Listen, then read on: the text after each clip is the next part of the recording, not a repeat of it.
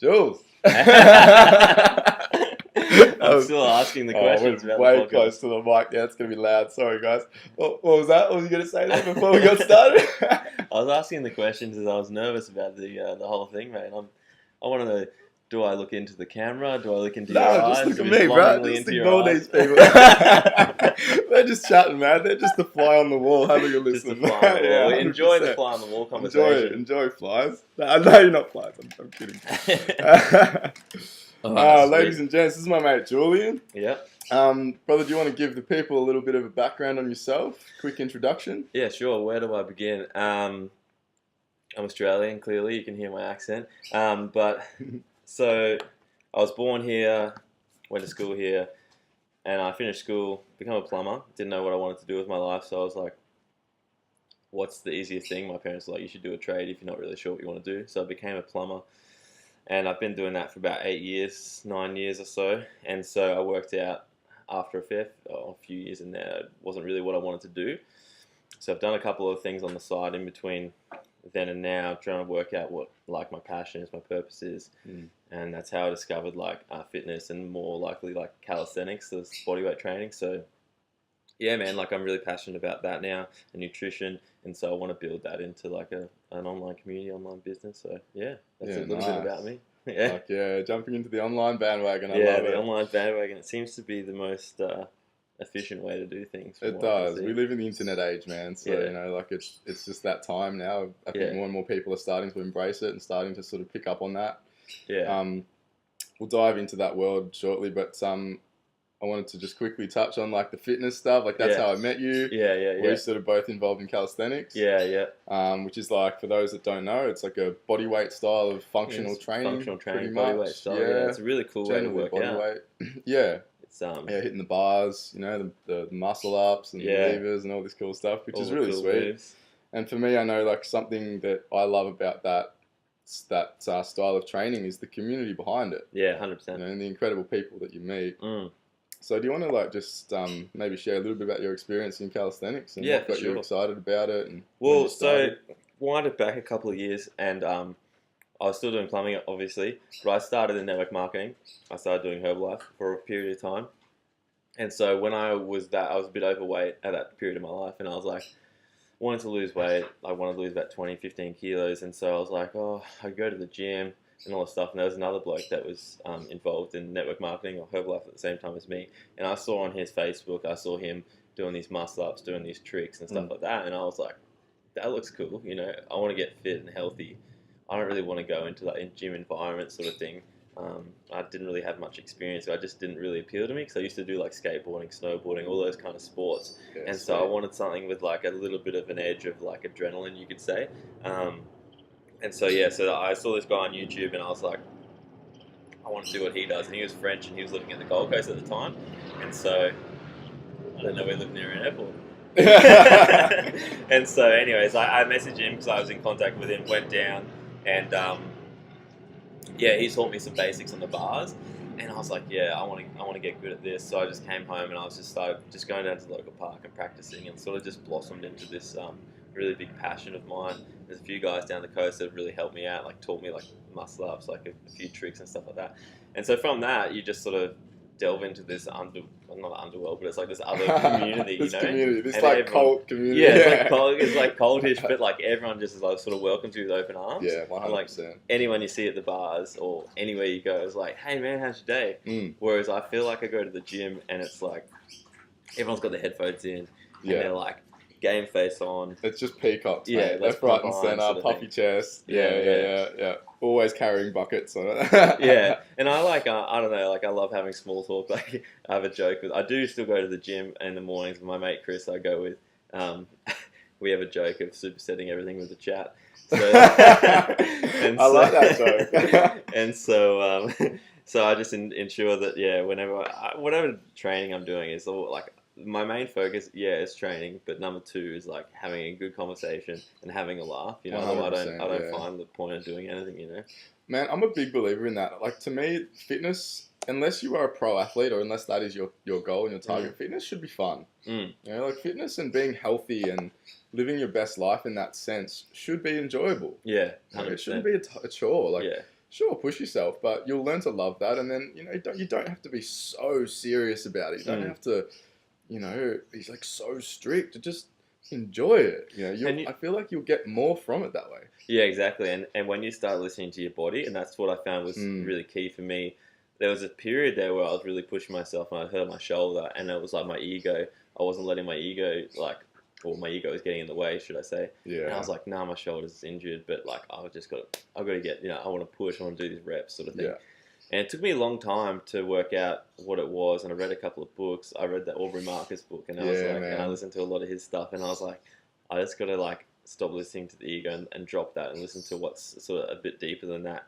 And I was like, okay, let's wind it back a bit. And then I that really brought me back to the grounds of like the foundation of why I'm doing it. I'm like, I'm doing this to be healthy. I'm doing this to feel good, move well, also to look good, obviously. But why am I pushing myself to that limit when it's just hurting myself? Whereas the whole reason I started was to feel good, Yeah. 100%. I couldn't agree more, man. It's like, it's got to be like a holistic thing. Yeah.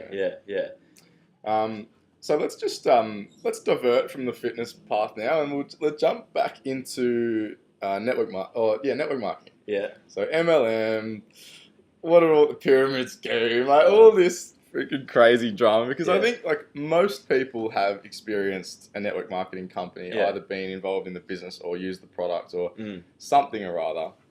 At some stage in their life. Yeah. Like, I sure have. Yeah.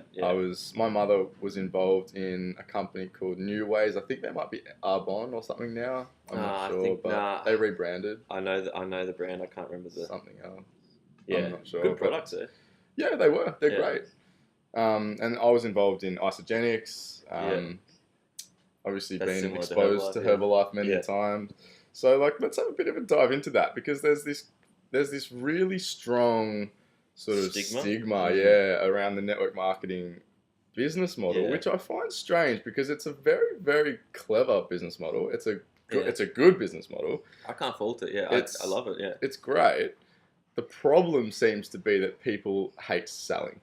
90% of people, or probably 99% of people, hate the idea of personally going out and trying to sell something to their friends, even though they make the argument that we sell every single day, which is true. Like, we make recommendations, that's sales. Same thing. If you had a good experience with something, you tell your friend about it. Like, I love Aubrey Marcus, I'm telling everyone about Aubrey Marcus. Exactly, if I was an affiliate for him, I could be making money through that. Like, that's just the model. It's the same as MLM. If you're hey, I went to Goodness Gracious Cafe, got this coffee. Yeah, you recommended. And you were down there getting coffee. It's the same as selling Herbalife. Yeah. Or any product. The single origin. What was it? The witch's tits. Yeah, I called it the witch's tits. But like, and it is, ladies and gentlemen. Thanks, Olivia. No, but everyone has this like weird sort of thing. Like, you got to like hard sell everyone. Which, I mean, there's the thing with network marketing is this is the way I see it, is that it's a business model that anyone can sign up in. And so you can get all walks of life in there, right? So you're going to have good people, bad people, people with good intentions, people with bad intentions. Also, you're going to have, like, say, in corporate world, there's only a small percentage in corporate land or whatever that make the big dough, that like are at the top sort of 1%, which is the same in network marketing. And I think a lot of people get it mixed up if they've got involved with the wrong people, or they don't have the right intentions, people will sort of pitch them on the dream. You can sign up, take this product, you're going to be a millionaire next week. And I think that's where a lot of people come unstuck, is they lose their realistic expectations of like, okay, I'm going to sign up in this business, I'm going to get this business in a box, and I'm going to be a millionaire tomorrow. Yeah, I'm going to tell a few people, and they're going to go on and make businesses out of it, and then I'm going to be making money. And then if you don't get there, then people seem to rag on the company, and and there's the stigma attached to it. Whereas I'm like, if you wind it back and just say, you have to treat it as like a business. It's a business. 100%. It's the same as any like online business model.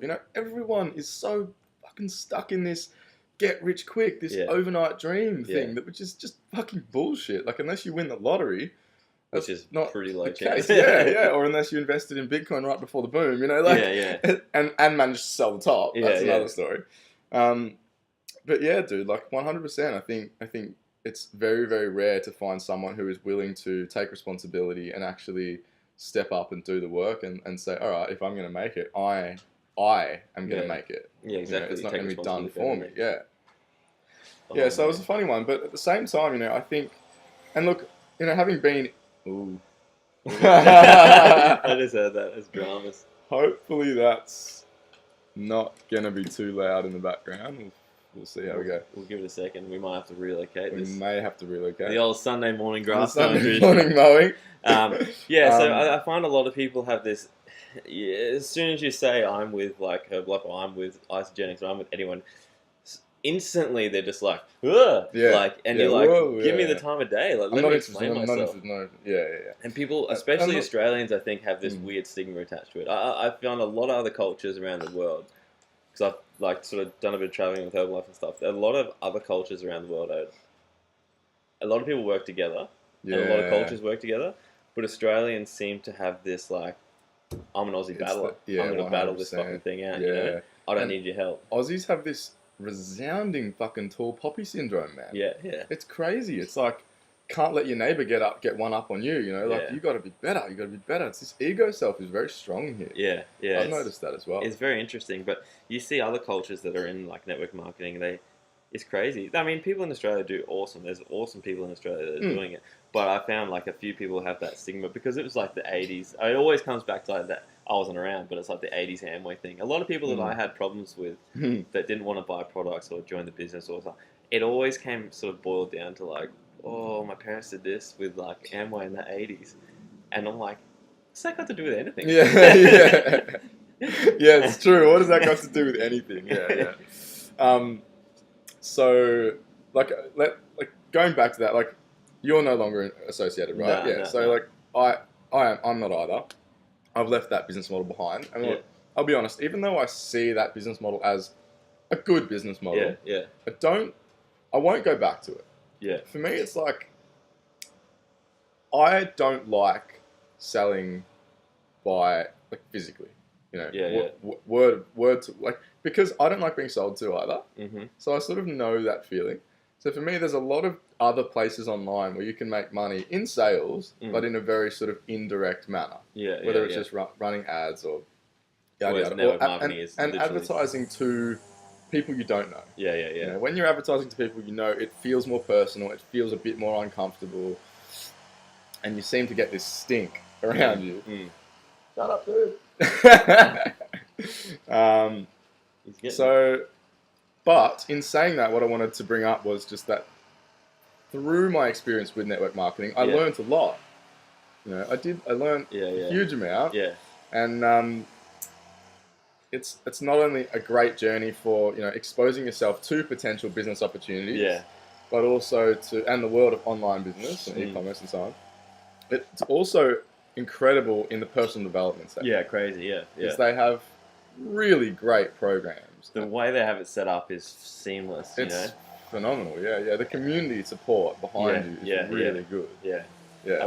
Is this getting loud, do you reckon? It might be. You know what? I might pause this. And just like that, we have transported magically into through time and space into the lounge room, away from the mower man. The mower man, exactly. This is comfy. We're talking about the Australian Aussie battler. Oh, we're true. The Aussie battler. That's the pinnacle, isn't it? The Sunday morning lawn mowing. Sunday morning lawn mowing. That's my worst nightmare. It's like, every day. We've got too much damn land here. Personal development, yes. So the systems that network marketing companies have in place for their communities is full on and really, really good. Like, man, some of the people that I saw, like I went to Celebration, which is this big sort of hype event in Brisbane when I was with Isogenics, and I saw, they had Preston Smiles come and speak. I don't know if you know of him, but just rad dude, awesome message, really empowering. That was super cool. And then I also heard dudes like, what's his name? David something or other. No, it's gone. I like those heaps of guys who are doing very well in the business in Herbalife that was incredible with their personal development, and I still follow them today. and look at all their videos, and I still get a lot of inspiration. I like still idolize them a lot. But the main person that I got introduced to was Jim Rohn. Okay. And I don't know if you've heard of Jim Rohn, but literally from the moment that I sort of heard some of his first things, because he used to be an ambassador for Herbalife, work with Herbalife. Okay. And also obviously do his own thing as well. But like since then I've read like every Jim Rohn book. I've looked at like every Jim Rohn. I still literally every morning I'll get in my car and I'll put Jim Rohn on YouTube. Wow. And like that's how much it's impacted me from that sort of experience. So you'd say he'd be kind of like your favourite, like your rock, like in that department. He's just so wise, but so simple, you know, and his philosophies are amazing. And so I listen to like obviously a lot of different people, but I always end up coming back to him, you know. Yeah, look out, buddy. We've got a wild dog in the room. We've got a wild dog with a computer cord. Right. He's a good boy. Yeah. So you heard of Jim Rohn? Yeah, I have. I haven't looked into a whole lot of his stuff, but I'm definitely aware of him. Like for me, I'm a massive fan, obviously Aubrey Marcus, but also Wayne Dyer. Like I'm a Wayne Dyer every morning kind of guy. Yeah. Grew up listening to John DeMartini. Not sure. I love John DeMartini. Yeah, he's pretty awesome. So you got him too when you were younger? Yeah, man. My mother is very into personal development. Yeah. She's an author, writer, speaker, coach with all this stuff, and So she like a facilitator for DeMartini, or she? Don't quote me on this, but I think she does do some facilitating for some of his stuff. Like the breakthrough experience. At least she doesn't do. She might have. I'm struggling to remember now, dude. It's your mother. But yeah, I know. I should know this. But all I know is she works very closely with his methodologies and teachings. I went to the breakthrough experience last year. Oh yeah. March, I think it was last year. Yeah, right. And that was life-changing. It's incredible stuff. Yeah, life-changing weekend. Yeah, I couldn't recommend it highly enough to anyone. My best mate Lewis put me onto him. Okay. Because he's sort of mentor, you know. Yeah, right. And a lot of his philosophies and stuff have come from like what DeMartini teaches, and I wasn't into it to begin with. Like, I'm not into it. I just didn't. I was so infatuated with Jim Rohn that I just was. I was like, I'll get to him. You know, I'll get to him. And then the time came, and I listened to one of his audio things, and I was like, this guy's incredible. And then we booked into the breakthrough, and that was, now when I have any challenges in life or anything comes up, I go back to that philosophy that he teaches, and I'm like, it neutralizes a lot of emotions. Yeah, it does, doesn't it? His method is incredible. That method of just finding the good and the bad in every situation, regardless of what it is, it's so powerful. Yeah. So powerful. If you're infatuated with one thing or related, or you put yourself down, like you got to look at the other side. There's always the other side. Exactly. There's always the other side. Exactly. It's like when we, idolize somebody, and you put someone up on a pedestal, and you just sort of don't realize, or you forget that they're just another human being. And even though they might, they might have all these incredible qualities, they are going to have their, flaws, their downsides, their shortcomings, their skeletons in the closet. We all do. It's hard because, like, in the situation when you're like emotionally infatuated with someone at such a high level, like it might be someone on Insta or something like that, or someone that you know, and you put them on that pedestal, and if you don't break that infatuation before they sort of do it for you, like I've had a couple of people that I've like really infatuated with, and then like I've met them or like whatever, and I was like, I walk away and I'm like, what? And I'm like, I should have all that. And I was like, I put them like a god level, and then never meet your heroes, bro. That's what they say. It's funny because, but at the same time, it's really empowering because you meet these people and you're like, oh my god, they're no better than me. They're nothing different to me. I am on every level a human being just as they are. Yeah, you have everything. They have no special powers. Other than just whatever it was, the discipline or the work ethic or whatever it was that got them to where they want to be. Like we can all achieve these incredible things. Everyone has all the skills and all the traits that they infatuate with. It's just about digging deep and finding that. That's exactly right, and that's something that John DeMartini teaches, isn't it? Traits that we do have all the traits. We have them all within us.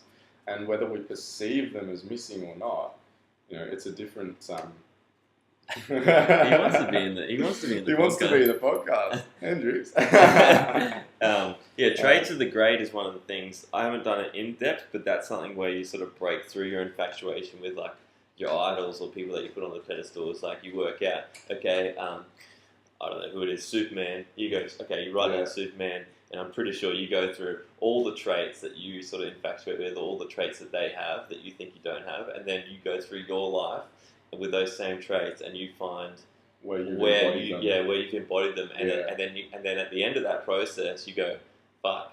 Damn, I'm Superman. I'm no different, you know. Yeah, 100%. And it gives you a lot of confidence. It just shows up in different ways. Yeah. You know, I learned a lesson recently that was like, it changed my life. I was like right in that moment, I was like, oh my God. And that is that I've always perceived myself as lacking in discipline. Because I've tried so many things in the past and like tried it and stopped and tried it and stopped and tried it and stopped. And I went to a conscious man's meeting recently. Yeah. And we just had this like circle of dudes and just having like just open conversation. Yeah. And really sort of getting in touch with who we are and the issues that we feel like we have and some topics that need to be discussed, yada yada. And you know, I brought this up and I was like, look, this is an area that I feel like I'm really lacking in, and it doesn't make me feel powerful. It doesn't make me feel strong, yada yada. But what they brought up was, you know, they looked at me after I finished speaking and they were like, dude, I don't see a lack of discipline here at all. What I see is a complete, sorry, let's get rid of that. Complete unwavering discipline of you pursuing your heart and your purpose and your, you know, what you know is right for yourself. Because for me, I was always like, try this, nah, it didn't work out. Try this, nah, it didn't work out. But like, it was like, nah, it doesn't feel right. Nah, it doesn't feel right. Nah, it doesn't feel right. So like my thought process was I have no discipline, whereas they were like, dude, you have so much discipline in that you are sticking to your heart. You know, you are not going down paths that don't feel aligned with who you are, with what you want to be doing. And I was just like, holy shit, that's true. Yeah, it's awakening. Like I had a similar thing when it was like doing shit I didn't want to do or whatever. And then once you do, like, find out what your highest values are and stuff like that, you start to just, well, you know what you want to do, your top 3 things that you sort of always, your life demonstrates that you do. And if you keep doing them consistently, but if it's when you start doing shit that you don't want to do, but you think that you do want to do it, or you think you should do it. Yeah. It's like when someone's like, you should, and then they're putting their values onto you, sort of thing. Yeah. And so anytime people say now, like, oh, Jeremy, you should be doing this, you should be doing that, and when you're not like empowered or whatever, you're like, fuck, maybe I should. Yeah. You know, maybe I should. And then you start doing it, and you're like, I don't fucking want to do this. Yeah, man, that's it. When you come from that place of sort of insecurity or not feeling powerful and in yourself, you tend to take on, you know, the ideals of others. Yeah, yeah. That's take on their value, and then they'll like put. And if you're not like feeling empowered or whatever, and you're feeling a bit lost, you don't know what your values are, you don't know what you want to do, and you're sort of grasping at straws, and you're like, I want to do something, but I'm not sure. And as soon as the people start going, you should, you need to, you should do that, you have to, and all those kind of words, you know instantly when you're with them and you've done the sort of, I guess, the work, that you're like, okay, they're inflicting their values on me. Yeah. I'm not, and you can either take it or leave it, sort of thing. Take it with a grain of salt. 100%. You know? And this isn't saying that you shouldn't sort of be open to you know, different ideas and take advice from time to time, for sure. But always be sure to check back in with yourself. Yeah. And then if you've done like the DMT who does the values process and you work out what your top values are, and if someone's saying you should do that, you re-look at that sheet or look at what your values are or what your life demonstrates. You're like, no, I shouldn't. You know? Yeah, exactly. So let's just dive like back real briefly to the network marketing topic, and you know, let's just share maybe a couple of things that we felt like that really instilled in us and like gave us. You know, what did we benefit from in that lesson? Because it's a journey and it's a lesson, and it's, in my opinion, has been incredibly valuable. In I think for me, maybe the biggest thing that I got out of it was a large sense of self-confidence. I learned a lot of self-confidence out of that. You know, it forced me outside of my comfort zone. Yeah, I can't there's no resentment at all for not doing it, and there's no like bad feelings at all. It just was, at the time I was like, I just want to do my own thing. Like I just wanted to just have my own sort of brand and do my own thing. Yeah. But network marketing, like I can't thank it sort of highly enough. Like personal development, public speaking, like I spoke pretty much 3 nights a week when we ran meetings, plus like at a monthly thing in front of like 500 people, plus at a yearly thing in front of a couple of thousand people, you know. Wow. And where else can you go to learn public speaking in front of like between 10 and then a couple thousand people, you know. I think there was 6,000 people at the one in Adelaide sort of thing. And like, I don't know anywhere else that you can just sort of like, well, you build your business up obviously, but then get those opportunities to do that, sort of learn public speaking. Because it's like everyone's greatest fear, you know, getting in front of people. And now I have no dramas in public speaking. Yeah. Approaching people to have a conversation. That's what I learned. Like I wasn't like too eager in like approaching people, talking to them or whatever. But from going out into the street and handing out flyers or like talking to people in businesses, just overcoming that fear. Yeah. I've broken through that. I'm happy to go and talk to anyone about anything. Yeah. And like sales as well, asking people for money. Like we'd sell a program that was like $600. And so if you can sell something for $600, when I create my own program for $600, I've got no dramas in selling that, you know. 100%. Sales skills, personal development, speaking,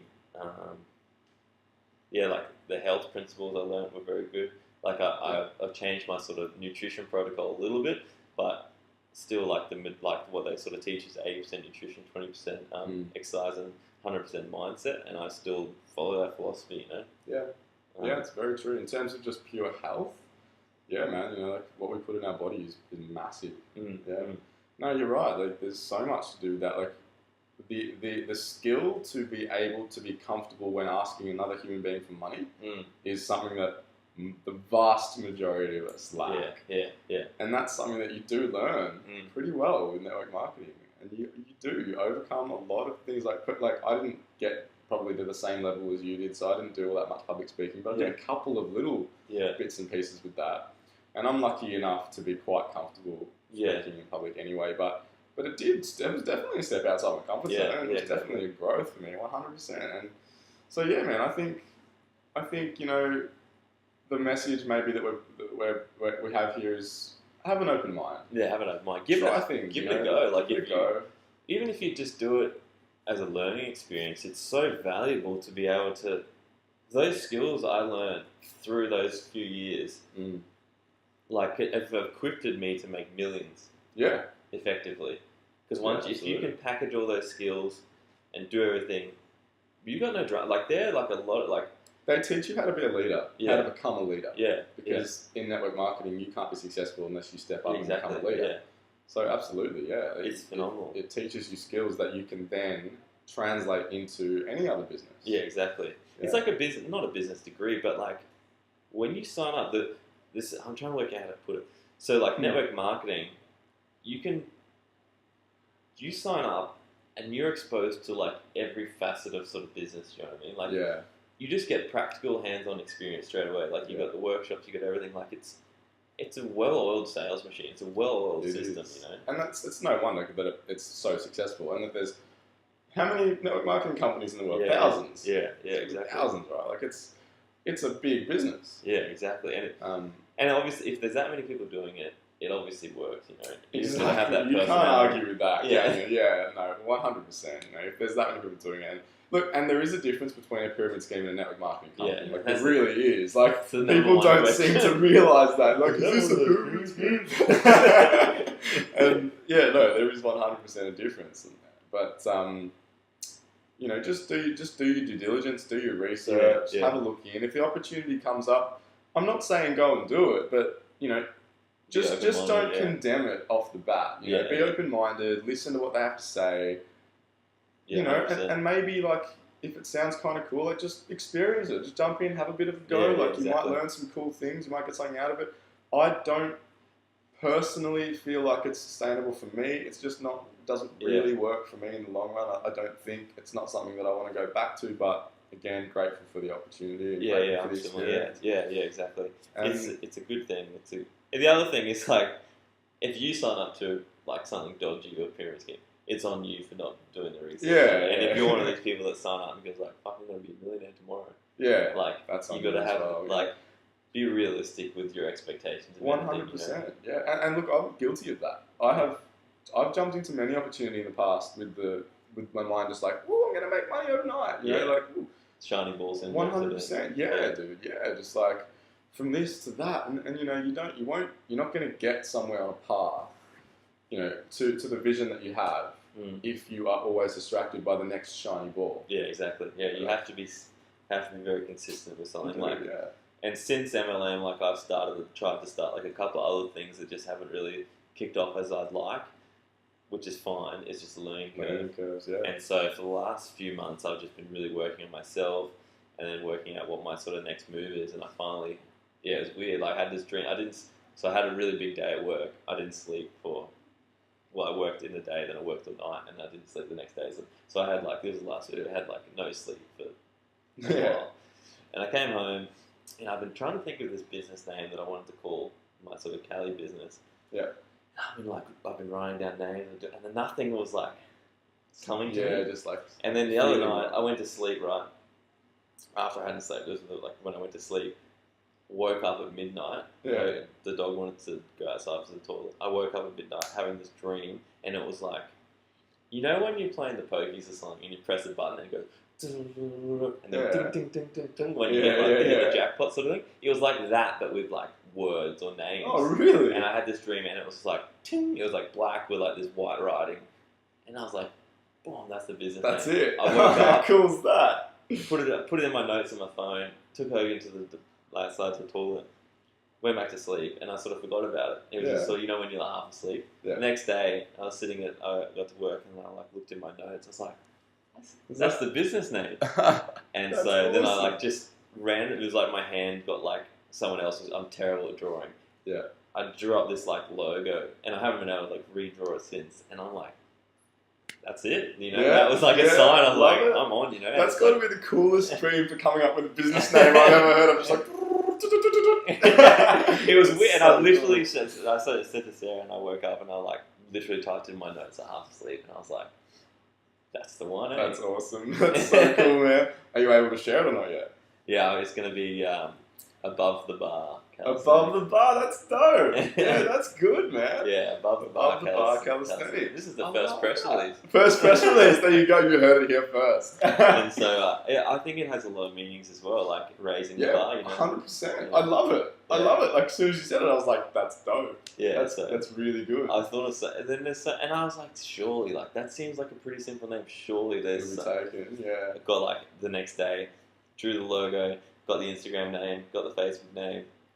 Bought the website and registered on ASIC, the business name, the ABN, and I was just we're locked and loaded, you know? That's so good. I love that. The universe is just there you go. Yeah. You know, when you allow and you just are ready, you know, the universe provides. It's exactly. Cool, it's interesting because I went and saw, what do you call them? A psychic medium at the start of the year, and she was incredible, man. I was quite skeptical before I went, and I was really nervous. I was what if she tells me I'm going to die? Yeah. I'm pretty skeptical about that stuff as well. But it's just another thing is skepticism is healthy. Yeah, you know, it was a healthy skepticism. Yeah. But anyways, I sat down with her, and we had a bit of a chat, sort of thing. Doesn't know me from a bar, so right. And so she said all this stuff. Initially, was more about you know, you really want to get something going. I can tell you really want to get something going. But you're rushing it, sort of thing. You really your heart and your mind aren't quite aligned. Right. Yeah. And as soon as she said that, and I was like, she's like, you're thinking with your mind, but think with your heart. And she's like, when they connect, she's right now they're sparking. Yeah. And so the light's sort of going on and off, on and off, on and off. When you work out, take a few steps back, do your meditation, do all that. When your heart and your mind become in line, the light will start, and then it'll start. It's like mosquitoes, you know, getting attracted to light. Opportunities and shit will start coming to you. And since that was... except you don't get zapped and die. Yeah. Except since that, though, I've really done, a lot of work sort of thing on myself. And, opportunities have, started coming out of it. I'm like, what? How do I get these messages?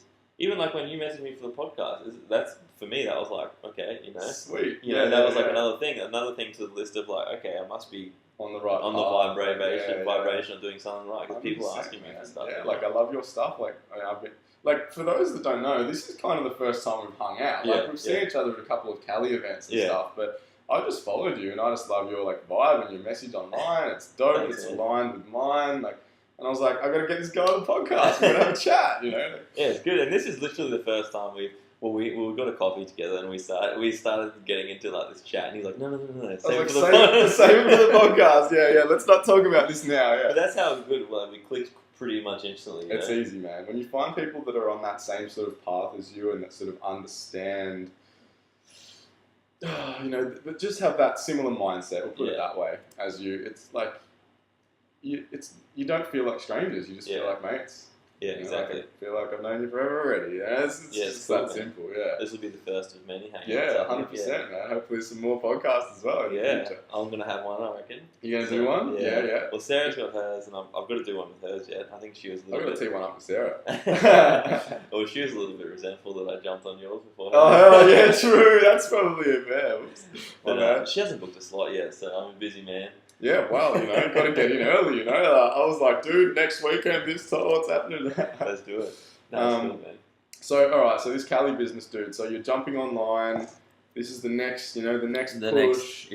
And what are you hoping? Give us a mind map. Like, what are you hoping to create here? So, I want to do, the main thing is I want something that's not as cost effective for people, that I'm over delivering with value, but I also can scale it big. Yeah. And I find like I will do some like physical one-on-ones and all that kind of stuff and workshops, but what I really want to target is building an online community of like-minded people.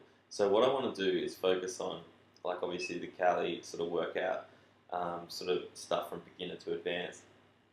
But in that, I really want to focus on, like, the workout's great, but I think you really have to have the mindset. Yeah. And so I really want to build, like, a really deep sort of personal development sort of workshop through each program. So you're not only busy building your physical capability from beginner to advanced, you're building your mindset from the beginner to advanced with personal development.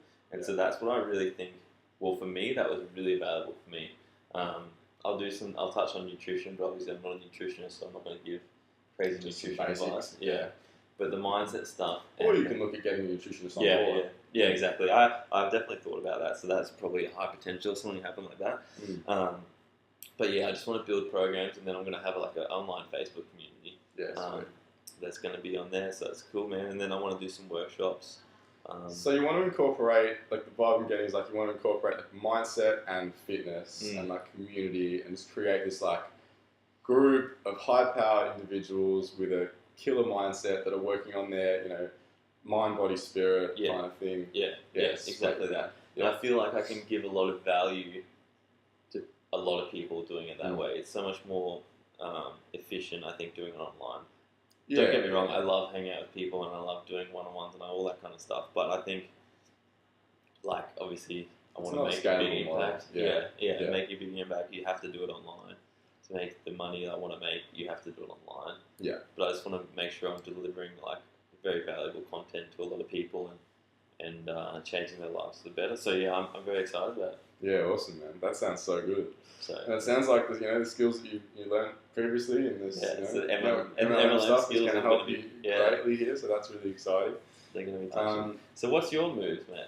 Man, for me, look, I'm loving this project. Like this podcast thing is just it's got me so excited. I love conversation. Yeah. Love cracking these coconuts on the weekly. This one's a juicy coconut. Yeah, it's a juicy coconut. Yeah, no, I just love it. So I'm just hoping to really just run with this podcast, man. Delivering every week on the Sundays, and obviously when I get the chance, I like to blog. So I'll keep doing that on the side, and then I'm also building an affiliate marketing business online. You mentioned that. So I'm pretty committed to just hustling with that at the moment, dude. Like I have a passion for travel. And for like I'm dying to create a laptop lifestyle. I just want to be one of those digital nomads, like rocking it in Bali and the villas, like just cruising around. So you reckon you'll start doing like the vlogs as well? Like travel vlogs? Travel vlogs? Maybe. I'm not a videographer, and I've had a dabble with video editing before, and it's fun, but it takes so long. It's really time consuming. So I'm not sure. Like, definitely open to the idea of collaborating with a videographer in the future, and then like making some cool content together. I really want to end up getting into coaching and mentoring young men who are struggling with direction, purpose, fulfillment in life, because I've been there and it's a horribly dark place. Hate that feeling so much. So if I can be of service to any other young dudes who are struggling with that just makes me feel incredible. Very fulfilling. Yeah, it's interesting how, even though there's such a big thing on like the Are You Okay, and like talk about your issues and talk about that, like it's still such a stigma on people that are like we talked about on the way in the house. You're like, we were talking about, are you okay now? I'm fine, no problems, you know. Like it's like everyone's just like, yeah, I'm cool, man, it's cool. Yeah. Whereas people don't like it's like all of a sudden it's cool to ask that question, but then it's still not cool to answer it truthfully. It's funny. It's like no, they ask, but they don't. No one's willing to be vulnerable, you know. Yeah. No. And that's one of the big things that. I'm a pretty emotional dude, so I'm like happy to be like I'm gonna cry. Yeah. Be honest. Sarah will tell you that, but you know, like I'm happy to be vulnerable. Like I think it's empowering for yourself. Like it builds 100%. On your skill. You know, if you're open to letting yourself be vulnerable and open up, like it makes it easier for you, so you don't feel like you're having this battle internal, like 100%. Anxiety battle. You know, I get anxiety and stuff like that sometimes, and it's just like. You know, when like, or Sarah asked me like, "What's wrong?" I'm like, "I don't know. Like, I don't know. It's just that that feel inside." And so it's like, if you can open up and like work past that. And one of the things that she does with me, if I'm in like a bad mood or like feeling shit or whatever, we'll take the dog for a walk, which is like my favorite thing to do. Yeah. But also like while we're doing that, she always asks like, "Okay, give me 10 or 20 things that you're grateful for today." Yeah. Nice. And if you're in that shit headspace, you're like, "No fucking grateful." Nothing.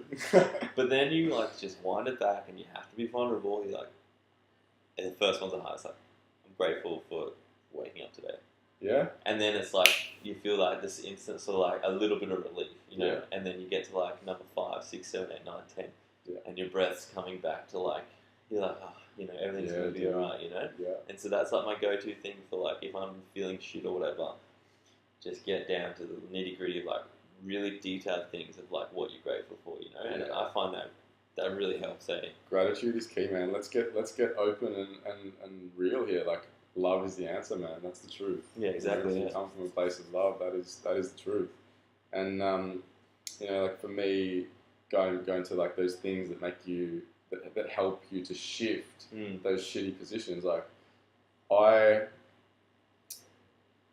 gratitude is also huge. A quote that I heard recently that helps me so much in my shitty days is that yesterday's gone, tomorrow's never a guarantee. Yeah. It's like today's the only day you've got. Yeah, exactly. You know, so it's got to be the best day of your damn life. Yeah, exactly. Yeah. And focusing on like when I used to, I saw a meditation coach. It was like last year sometime, and that's when I was sort of struggling a bit. And she was like,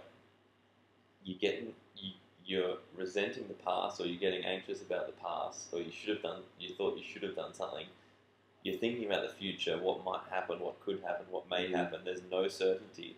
Yeah. And you're completely forgetting about what's happening in this moment right now. Yeah. And I was like, okay, you know, that's exactly right. It's true. Yeah. And if you can it's undeniable. Forget about the past, like what, fuck it. It doesn't matter. It's gone. Yeah. Like forget, move on. Yeah. Fuck, it's gone. And the future is like, if I like.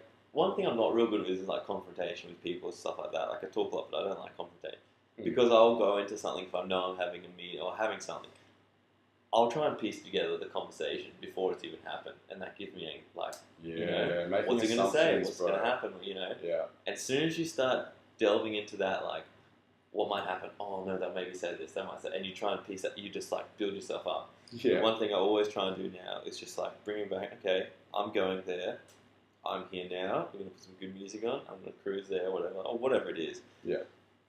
Job interview or whatever, you know, if you're just in the now and don't think about what they might say, what they could say, what might happen, like that'll kill you if you just keep on like thinking that, you know? Bro, assumptions are one of my biggest issues. Yeah. Have you read the book The Power of Now? Yeah. So becoming the observer, becoming the observer, watching your emotions, watching your thoughts, observing yourself in that sense. I have become hyper aware of how much of an assumer I am, and how often I will, let's just say, get a message from someone that I generally won't get a message from, and immediately my mind will just be like, oh fuck, what's this about? What's this about? You know, or an email from someone that I'm not, I don't communicate with often, or a letter comes in the mail. I'll get a letter in the mail, and immediately I'm like, oh shit, did I get a fine?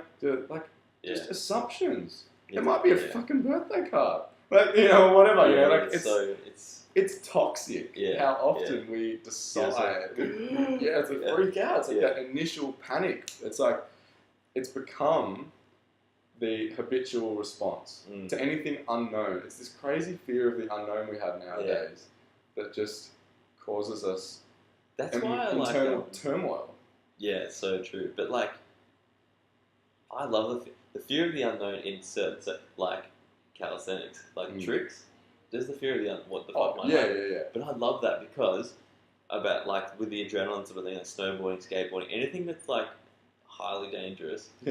I love it because it ensures that at that time, in that moment, because you're doing something, there's no way you can not be present. Yeah, you know, very true. That's fear is often where presence is the most prevalent. Yeah. So like when I'm snowboarding, I'll go do a black run because it's like when I'm struggling to like be present or whatever. If I go on like skateboard or walk from away and I snowboard, I'm like 100%, and I get at the end of the run, like the adrenaline's cranking, but I get so much gratitude because for that 2-3 minutes of time, I'm like couldn't be more focused on what the task at hand. There's no other thoughts coming in, and without that, like sometimes like sitting around the house, you know, the internal dialogue starts going, but like stuff like that, I find is like my key to like, purely being present. You know? With a side of adrenaline. 100%. I'm the same in this, like with adrenaline stuff, I'm just a junkie for it, man, like 100%. Yeah, but it's more like the stuff that, like if it's adrenaline related, I'm down as for that fear of the unknown. But, except with the ocean, I'm fucking petrified of deep water and sharks and shit. I'm not going to lie. I'm a Gold Coaster, I do not surf, and I'm not going to. No, I want to get over it. It's just, man, it just fucks my head. Like, because I'm blind as a bat, right? So when I go in the ocean, I can't see, like, looking at the flags, man, or looking even where my bag is. I'm like, it's like in the blur distance somewhere. And so I started getting recently I started getting a bit weird. Like if I go out for I'm not real good at surfing, but I give it a crack. But if I'm not with someone and it's deep and I can't see, like not being able to see really fucks me. You know? Yeah, that would. Yeah. Well, that's the biggest fear for me. It's the not being able to see thing. It's when you're out there on the surfboard and your legs are freaking dangling down in the water like that, and you're just like they're just freaking bait hooks. You know, like they're just food. You know, like for me, and you can't see down and. Like, my heart just starts going... Yeah. If you get, if I feel like I'm a bit disorientated or something, that's when I, freak out a bit. But, one of my mates, when I take Hogan for a run, he was like, so how do you brake on the skateboard? So I take Hogan, he pulls me on my skateboard. Oh, yeah. And he, flies, like he's quick. I think I called him Hendrix before. That's my bad. Hendrix, Hogan, same thing. But I'm cruising on my skateboard and I'll put one foot just flat on the road as a brake sort of thing. I just have my foot there and slowly put a bit more pressure to slow down. Yeah. And my mate's he's a risk manager, so he's just like, what? That's so fucking dangerous, man. And I was just like, yeah, that's why I do it.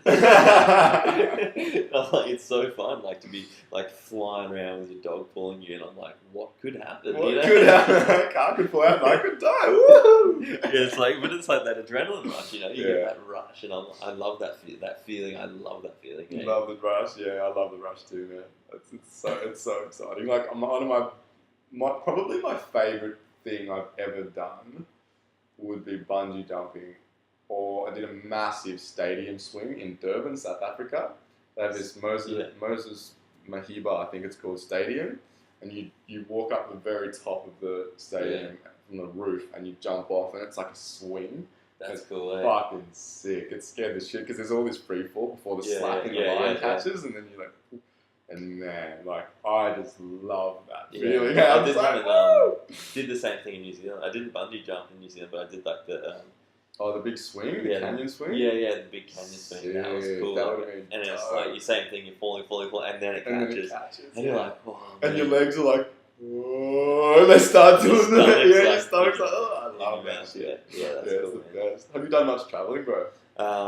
I've been to New Zealand like 6 or 7 times, like snowboarding, like Tasmania. I've been sort of a little bit around Australia, America, and sort of England, Europe, and we're going on a honeymoon to London, Paris, Italy, and Croatia in about 12 weeks. Yeah. Nice. So not a whole lot, but like a little bit. Yeah. Yeah. Have I been to Fiji and Tahiti as well? Oh, beautiful. Yeah. What was your favourite spot you've been to so far? I still think Queenstown's like my favourite place. Oh, yeah? I love Queenstown, New Zealand. 6 or 7 times, I guess that speaks for itself. I love that place. And also, I went snowboarding in Switzerland, Zermatt. Okay. That was like magnificent. It's so hard to judge. It is, man. I hate that question. That's cool. why I ask it. Because I'm always like, mate, there's no answer to that question. It depends what, like, I love the cold, I love the snow. So, like, Switzerland and, like, New Zealand's good. Like, Tahiti and Fiji were crazy for, like, the swimming. I'd probably go... Like, Tahiti was cool, it's just a bitch to get to. So, Fiji was like 2-3 hours away or whatever, and it's so convenient to get there. So, I'm definitely keen to go for another trip to Fiji soon, yeah.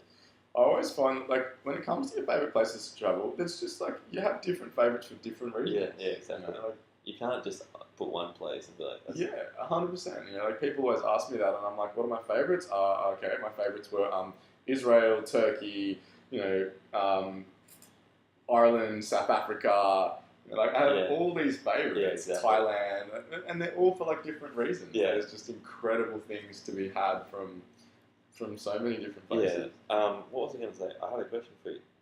Are your parents from Australia?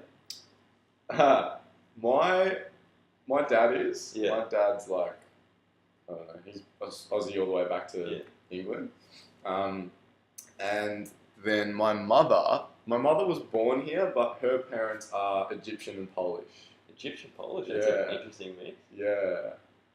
So I'm pretty sure they met in Australia. Yeah. Yeah, I'm pretty sure. They sort of fled, like my mother's mother was a child during the Holocaust. Yeah. And so they escaped Europe and came to Australia, and then, my grandfather migrated to Australia from the hardships in Egypt and stuff as a Jew. So I'm technically Jewish by birth. My mother's Jewish. One of the best mates is Jewish. I had to wear the for his wedding. It was great. Yeah, it's kind of fun. L'chaim, well, and he stopped on the glass at the wedding. Great. Jewish weddings are full on, bro. Yeah. They're fucking crazy. It was so good. They're way more fun than your normal wedding, in my opinion, than normal weddings. I had a good time, that was in Fiji, it was wild. Yeah, did you do like the circle, the rings, and like dancing around? Cool, that's crazy, it's fun. So that's cool. Yeah, my parents are from England, so I'm the first, they were both born in England, so I was born in England. So I love going, that's where I'm going back into England, just outside, in London and just outside near Cambridge, so that's why I love, I get this weird, like when I first went there, I got this weird sense, when you like feel at home? Yeah. You know, that weird sort of, I'm home, you know? Yeah, right, okay. And it was like this weird feeling when I went back to like where my mum's from in her village sort of thing.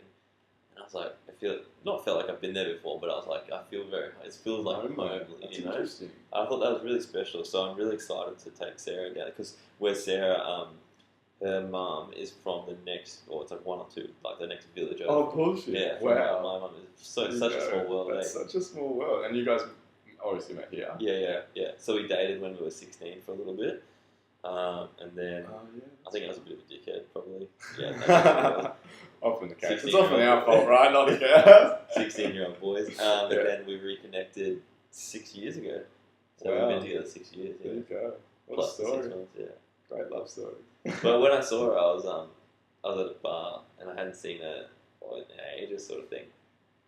And I saw her and I was like, Sarah Wilson. Yeah. And I was like, let's have dinner, eh? And so we awesome. took a little pizza around to her house, mate, and sealed the deal. Oh, beautiful. Hey, and the rest was history. Yeah, the rest was history. So that was, I probably could have been more romantic in hindsight, but I think I did it right. Well, it seemed to work, yeah. It's worked so far, hasn't it? Pizza capers, I think I took a Mexicano and a reef and beef, you know? Rock and roll. He even remembers the pizzas. That's romantic right there, man. So, lover of the cold. Why Brisbane? I guess that's where I was born and bred. Right. And I'm very tight knit with my family. Yeah. So we've talked about it, or not talked about it, but like I've like been, I could live in London for a bit, or like go live in Canada, or one of all those type of places. But at the same time, I'm like, I don't think because I'm like got my grandparents and my parents and stuff like that. Like I'm very, very family orientated, very close to them. So the idea of it is very appealing to me, and I would like to do it. But at the same time, I'm like, we're so close to our family. I don't think I could leave. Like, because I see my grandparents like once a week, sort of thing, once a fortnight. Like I'm very close with them, sort of thing. Yeah. And so I don't think I don't think I could go, over there and then if something happened, come back. Yeah. So I'd rather just do trips, every year we do a couple of trips. And, That's I like Brisbane. It's a beautiful place here, man. Have you Brisbane as well? Lived here ever? I grew up in Melbourne. Did you? Yeah. I then moved to the Gold Coast. I've never lived in Brisbane, but for me, I don't like cities, so it was escaping the city for me. Like Brisbane's a beautiful city, but I just like the quieter life. Like, I'll be honest, living on the Gold Coast in Burleigh Heads, I love it, but I could even be somewhere quieter. I've sort of realised now. We've been looking at places in like Kingscliff. Oh yeah. And like our friends live down in Kingscliff, and we go stay down there, and it's like. It's amazing, it's just like quiet, nothing's sort of happening. Yeah. And I'm like, I could live here. Like, and I definitely we've thrown it around in the mix of things. We'd spend some time down the coast. I think I'd like to. Yeah, nice. Yeah, that'd be good. We'd be able to tee this up more often. Yeah, that'd be great. Do some cool Cali stuff together, man. Yeah. Very, very cool. So when's the wedding? 6th of May, man. Now you put me on the spot. Yeah. It was like, oi. So it's, what was it, 85 or 86 days? Yeah, pretty close. Close. I'm excited, man. Yeah. So it should be good. I've got the Bucks party in a couple of weeks, which I have no idea what's happening, but no shit. I'm afraid about. I'm a little scared for the boys to you'll be fine. Play some tricks. It's a fun industry. Yeah, man, I might get you. No, you won't get me. She might get me. That's funny. Shit, what was I going to say? You need another coffee, man. Already. I've already had two. Shit. And the honeymoon. Mm-hmm. Where was that again? You said we're going to go to London, so we're going to London for a few nights. Then we go see my parents, like where my mum's village is. We're going to Paris. Then we're going to go to Italy. We're still working out where we're going in Italy, but I've got a bit of an idea. Yeah. Then we've got a week, 7 nights in Croatia. Whereabouts in Croatia? So I think we're going to do Split. Yeah, nice. And I think we'll fly out of Zagreb, I think. Zagreb, yeah. Mate, give me some tips. It was good. Yeah. Man, I loved that. I did Albania, Montenegro, Croatia. Yeah. So like all up the coast there. It's stunning. There was some really cool spots. I mean, for me, I probably liked Montenegro and Albania a little bit more just because Croatia's boomed. Yeah. Boom. So it's become this full-on touristy thing. Yeah, that's why we didn't go to Greece. We were going to go to Greece. And I was like, it just looks so busy. And I was like, oh. Yeah, it depends where you go, doesn't it? Yeah. There's some epic spots in Greece for sure. But yeah, man. I mean, in Croatia, the names of the places obviously did Dubrovnik. Yeah, we're going to go there. Whatever it's called. Saw the Game of Thrones. Yeah, that's pretty cool. It's pretty sweet seeing these ancient places. Hey, like Australia's so young. I forget, man. Like when you think about the fact that Australia or white settlers here in Australia, it's like 3 generations old, 2 generations. Yeah, it's not very. Yeah, you go. Wait, that's the thing. When I went to England the first time, and I'm like, Australia's like so new. So new. Yeah, it's no wonder we're fucking up constantly. Like we're still learning the ropes over here. Yeah, it's classic. But yeah, I'm keen to find, like in Italy, I want to go to like a few, like I do a couple of touristy things, but I want to find like the quiet spots, Yeah. Same in Croatia, like go out on the boat and like find, go do the islands and some like eat the seafood, go swimming, like. But I want to find some like quiet spots, that not many people are getting. Do the Chicotera Trail in Italy. That's gorgeous. Is it? Yeah, it's beautiful. I love that. I'll have to do that. Depending on the time of year, it can be quiet. It was very quiet when I did it. Whereabouts is it? It's like northwest coast, near. What's the name of the city? It's gone.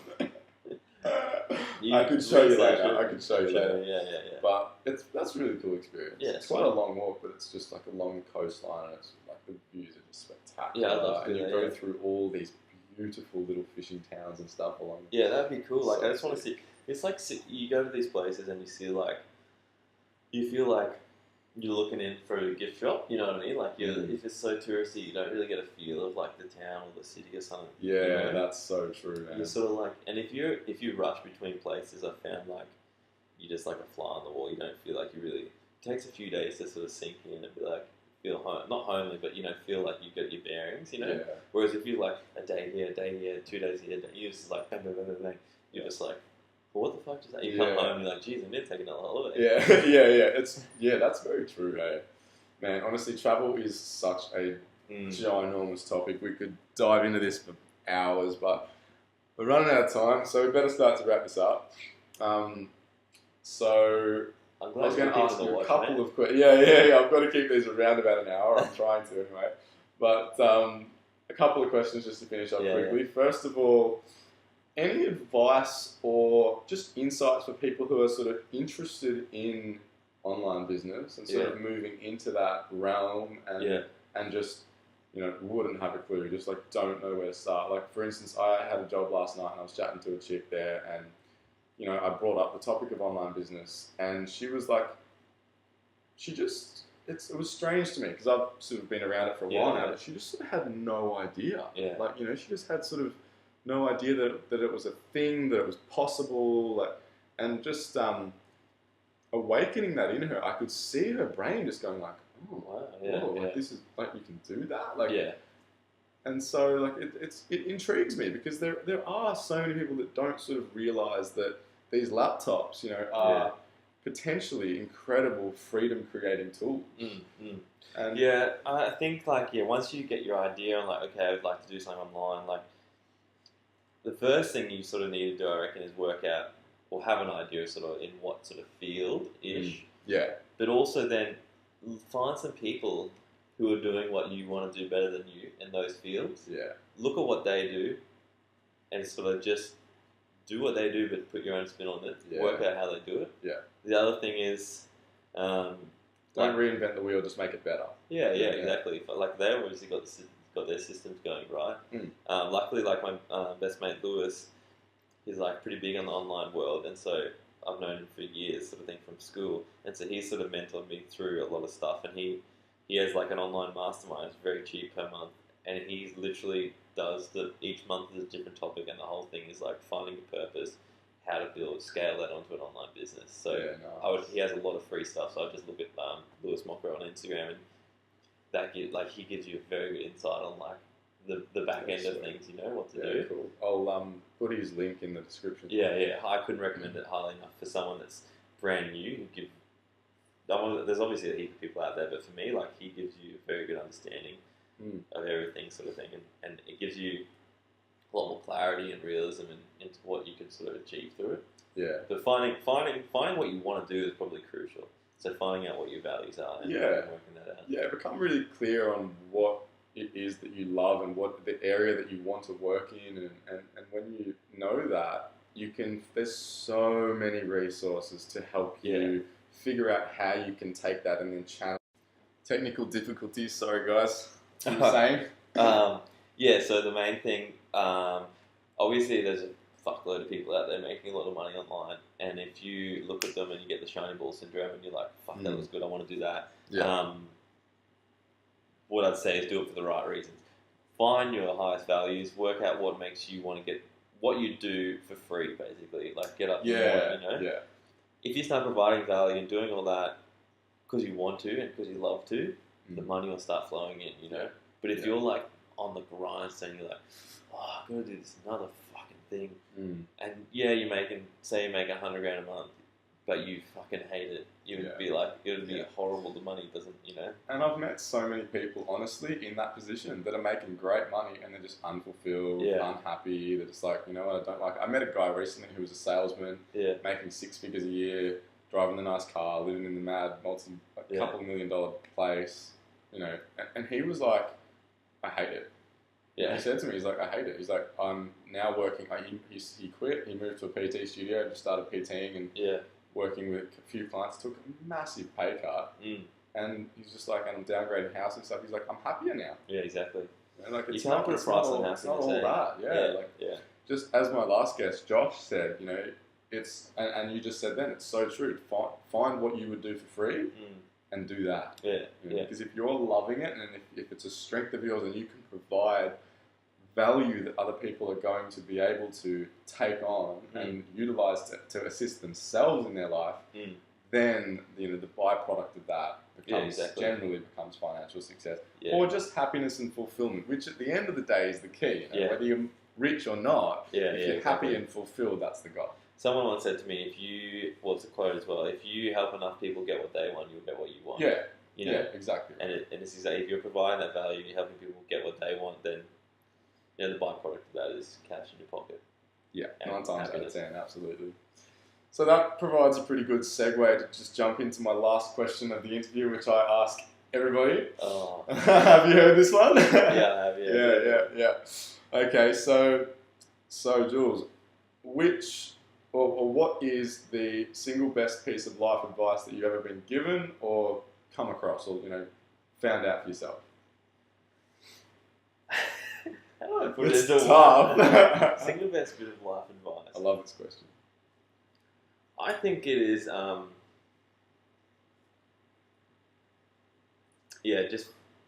it's sort of similar. It's like, fuck everyone else, find what makes you happy, find what makes you good inside, and run with that. Like, believe in yourself, and don't do shit just because you have to, Find what makes you happy and what makes you tick and what makes you feel good. And if it doesn't, you don't think it makes much money or whatever, you'll find a way to make it into a business that makes money. Don't ever let somebody tell you not to do something because it's not a financially good choice. If your love and passion and enthusiasm for it really shines through, you'll find a way. You'll find a way to make money out of it, and just life's too short to do something that you hate fucking doing. So 100%. Find something that you enjoy doing and do it. Yeah, work. Simple as that. I love all these answers because they're generally very aligned, very simple. Not simple, similar, and simple. And maybe if we get that point across enough times, people will start to listen and start to just live their truest, authentic self, and that is the point of this amazing physical life experience. Yeah, it's bloody good, isn't it? It's fucking good, man. It's fucking good. Best day of our life, right? Yeah, sweet. It's good now. I'm just kicking back on the couch. Yeah, it's comfortable, Coffee, water, chilling out, good chats, coconuts. The nectar has been drunk, man. The nectar. Is it nectar? Yeah, juice. Milk. What? Whatever. Cool. Anyway, let's wrap it up because we're probably over time now, but that's all good. It's been fun, It was so much fun that people will keep listening. Yeah. Thanks for coming on, dude. Thanks for having me, man. It's been good. No worries at all. We'll do it again. We'll do it again. Thanks for listening, folks. Enjoy Cheers, guys. Your Sunday. Yeah, take care. Peace out. See you next Sunday. Thanks for tuning in, fam. If you would like to support the podcast, the best way you can do that is to leave a review, or if you're watching on YouTube, give it a like and leave me a comment. Massive thank you in advance if you do. I'm extremely grateful. I hope you enjoyed this week's podcast as much as I did, and don't forget to tune in next week. New podcasts drop every Sunday. Big love.